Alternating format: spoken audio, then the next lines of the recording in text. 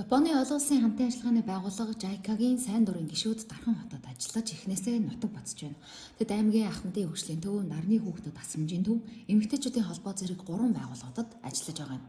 Өнөөдөр аймгийн удирдлагуудтай уулзаж Дархан хотод ажиллаж амьдарч буй сэтгэлээсээ хуваалцлаа. Манай аймаг жил бүрийг өсвөрийн тамирчдыг дэмжих жил болгон зарласан энэ хүрээнд JICA-гийн сайн дурын гишүүд хариуцсан хэлтсийн зохицуулагч Сайшо Томокод аймаг орон нутгийн зүгээс спортын чиглэлд тэр дундаа чөлөөт бүхийн дасгалжуулагч багш нарыг сайн дурын гишүүн илгэх хөтөлбөрийн хүрээнд авчрах хүсэлтэй байгаагаа илэрхийллээ. JICA-гийн сайн дурын ажилтан нарны хүүхдүүдэд доо фугзийн багшаар ажил хийсэн жил 7 сар ажил хийгээд өдөрбөр хүүхдүүдээ Японд дуудаад бас янз хөгжим тоглоод хамт сурж байсан.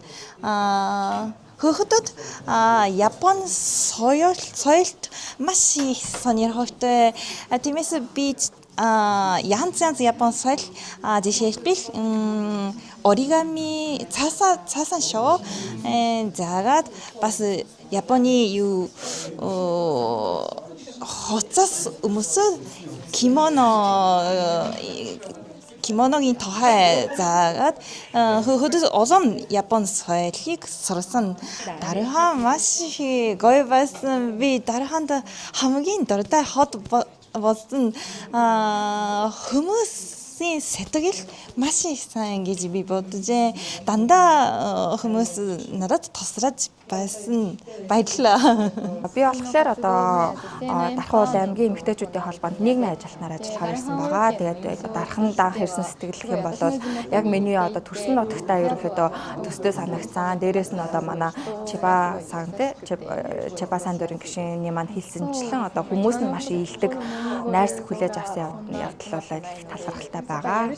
За тэгэхээр одоогоор бол яг би дөнгөж Монгол дээрээ дудаагүй болохоор монгол хэл маань бас төдийлөн сайн биш байгаа. Тийм болохоор монгол хэлээ сайжруулчаад илүү Японы соёлыг түгээх, Япон жишээлбэл оригамигээ цаасан урлал тэр талаар бусдад түгээн дэлгэрүүлэх чиглэлээр сумдуудаар бас явж ажиллах бодолтой байгаа. За Дархан аймгийн ахмадын хөгжлийн төв дасаргааны ажилтнаар ажиллаж байгаа. За тэгэхээр Дархан хотын сэтгэлээс гэх юм бол Дархан хот маань маш цэвэрхэн, дээрээс нь автобус нь ч гэсэн цахилгаанаар ажилладаг маш сэтгэлд нь бол таалагдж байгаа. Тэгээ дээрээс нь оюутнууд нь ч гэсэн бас айгүй идэвхтэй. Ахмадуудынхаа хувьд ярих юм бол ахмадуудаа жохон зүйлийг энийг хийгээд үзхүү гэж хэлэхэд өөрийнхөө хүчин чармаатыг 100% дайчилж хийдэг нь бол маш сэтгэлд бол үлдсэн байна.